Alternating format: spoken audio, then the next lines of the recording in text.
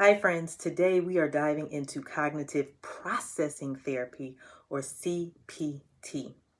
CPT helps individuals process and cope with traumatic experiences.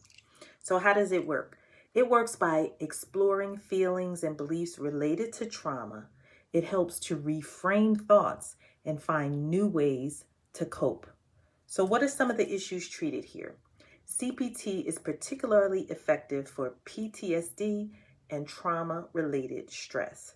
But there are limitations. While it's proven effective, it may not be a quick fix, and some may find the process emotionally challenging.